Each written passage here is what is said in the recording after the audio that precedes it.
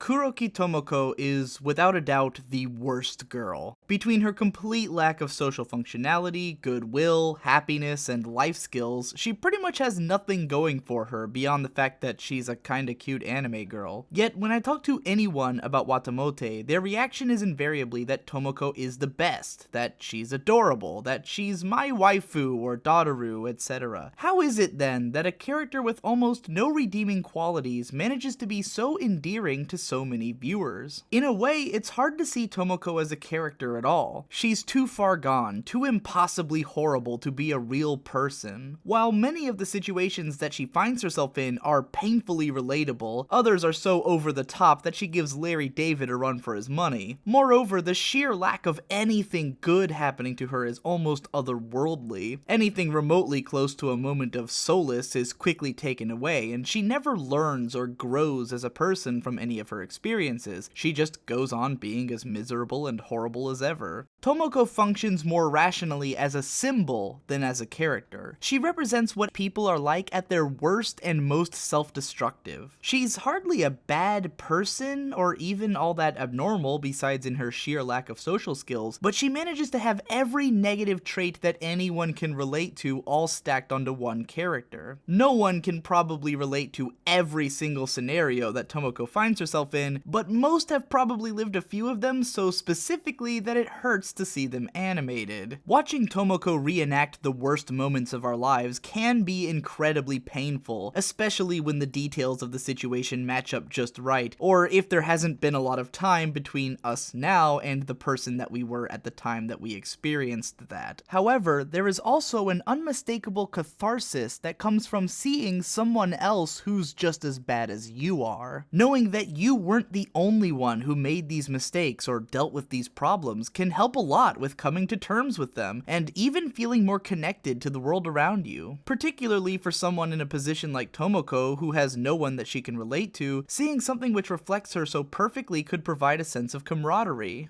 I think we all share a fairly universal desire to like ourselves and to believe that we are kind of okay. When we like Tomoko in spite of all the terrible things that she does, it's because we want to like ourselves. Even if we have to project ourselves onto someone else in order to accept ourselves, we ultimately have that desire to approve of ourselves somewhere in our hearts. And really, Tomoko makes it easy for us. Sure, she's terrible and disgusting, but as I mentioned before, she's also a kind of cute anime girl. The fact that she's so ragged and sickly is endearing and even refreshing in its own way, as it brings her a little closer to reality than most anime girls. Particularly in the anime series, she's also given a cute voice and some fairly cute outfits. She's an easy character to get behind, in the way that anime fans always get behind their favorite characters, which makes it easier to endear ourselves to her many flaws, even as they remind us of the worst parts of ourselves. Just as Tomoko offers catharsis in relatability, she also offers it to some extent in vindication.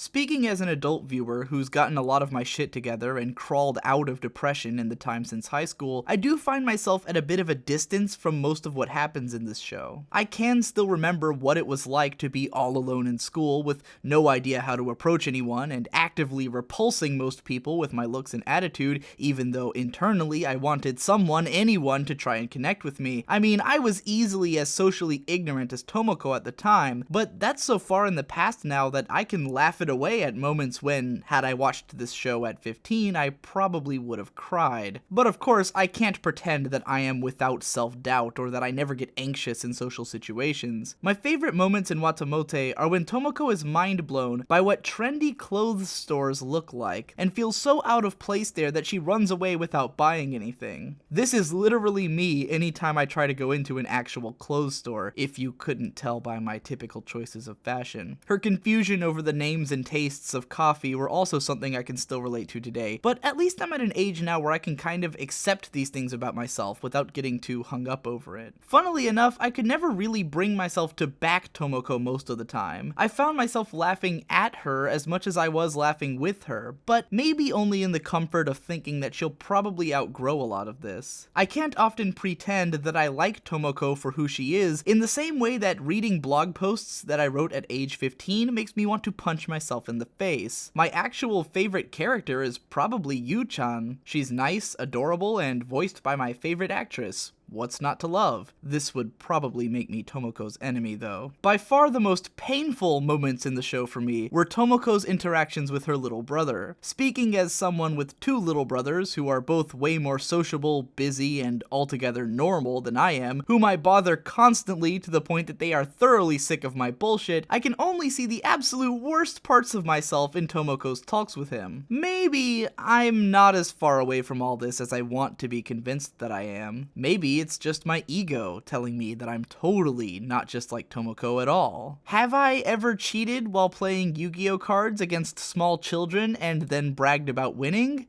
Yes. Yes, I have. Many times.